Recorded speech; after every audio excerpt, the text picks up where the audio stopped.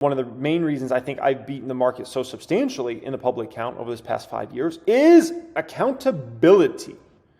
Now, accountability can be huge. I never really realized how big accountability can be until I started the public account. And so I started this public account, right, in the private stock group, which, by the way, if you're interested in joining applying to join the private stock group, we can see if you're a good fit. That will be the pinned comment down there if you're looking to fill out an application, okay? But what was interesting is when I started that, it's kind of stressful because now everybody can see the portfolio all the time, every single week. They see every single time I buy or sell a stock in there.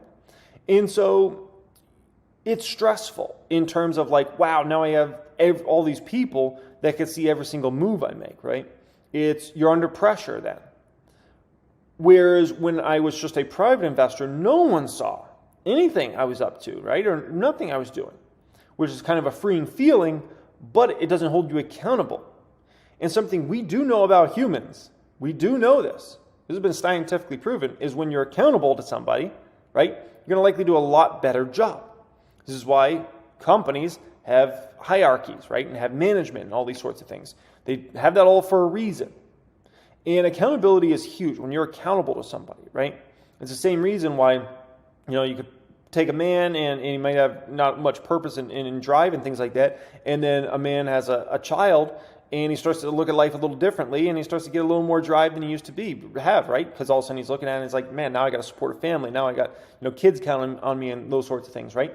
And so accountability is huge. And I think that's one of the reasons we've so significantly outperformed the market over the past 5 years in the public account is for the reason of accountability.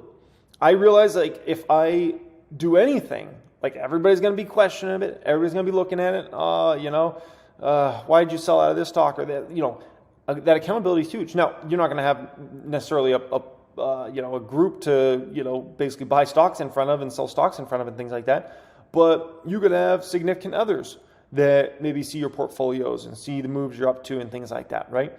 But holding yourself accountable, it's more stressful, I will say that, but it's likely going to end up producing you better results over time. It will. And I can say a huge reason why the public account has outperformed the market so significantly over the past 5 years is because I'm held accountable. That's just bottom line with that, folks. It matters in a significant way. Don't let that be lost on you, because as we know, in the stock market, especially as the months tick on, the years tick on, sometimes you just get bored. Sometimes you start seeing something, something looks attractive that you shouldn't be doing, but all of a sudden you start doing it because it's in, account that nobody gets to see. And so being held accountable is absolutely massive, folks. And I will preach that for a long time to go in the future now at this point in time, okay? Accountability is huge. Right off the bat, obviously, great decision by Elon Musk and the team to lower price of Tesla, right? It was a controversial move when they started doing this 6-9 months ago, whenever that was, right? But clearly it was the right move. Now, his point on lowering price of FSD, yeah, I wouldn't be opposed to that, but what my stance on that is, they need I think $99 a month is a perfect price. I think that is the perfect price that would get mass amounts of people to sign up for it. I would sign up for my Teslas. I do not have full self-driving on either of my Teslas. It just has like the regular, self-driving dealio, right? Which we could call assisted driving or whatever you want to call it.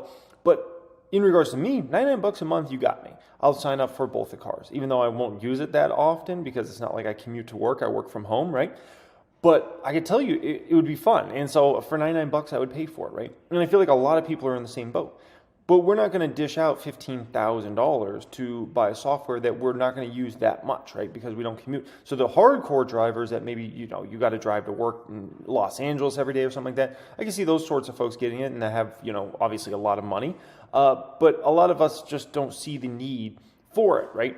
And so I think $99 a month, which is still $1,200 a year, I think Tesla would be able to have an insane amount of people sign up for this. And it would be pretty much instantaneous, right? And so that's just my opinion on that. We'll see what Tesla obviously does with pricing on that long term, but I really think I think $99 a month, man, and it would be ridiculous, the penetration. How many people would sign up for that? Oh my gosh, okay? So we'll see, but don't be surprised if they go $99 a month down the road. I think once they lower it down to a monthly plan, a subscription, that is, in my opinion, $99, I think is going to be tremendous for sales of FSD. And once again, that's all pretty much straight margin. I think people can wrap their heads around that, and I think it's going to, let's just call it, it's going to take the profitability into a whole new era in regards to this company, the net income of this company, because when you're talking about a business that's going to be almost all straight profit, I mean, it's absolutely incredible. Now, I want to show you guys some photos of Cybertruck here, and this was from Franz was driving this. Okay, the main man at Tesla, other than Elon Musk, Franz was driving this, and so I want to show you a few of these photos of some things I thought were interesting in regards to some of this video. Somebody basically got to record Franz, okay, driving as a Cybertruck around. So first thing, I just just kind of video I screenshotted here that I thought was interesting. Is it happened, he was driving around this parking garage, and it happened to be right next to a Rivian, right? And it was interesting to see kind of the size comparison of the Rivian versus kind of the Cybertruck here. And it's also interesting to see, like, because the Rivian's kind of like, I think, a really good combo of what a traditional truck looks like, but with some new flair into it, right? Where it's like, oh, that is a little bit different. Oh, that has a little bit of different styling, right? It's kind of that mixture. Cybertruck went completely different. It's like, this is not what a truck looks like at all, but this is the route we're going, and this is what we're going to take, okay?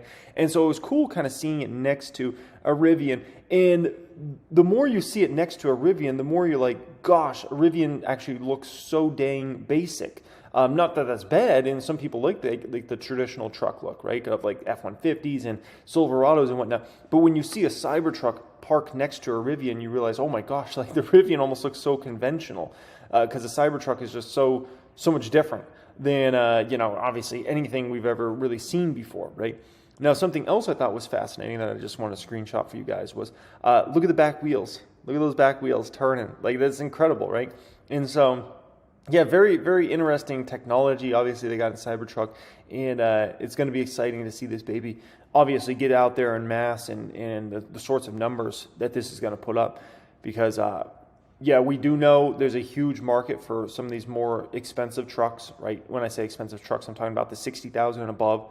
And a lot of guys love to drive these trucks specifically, right?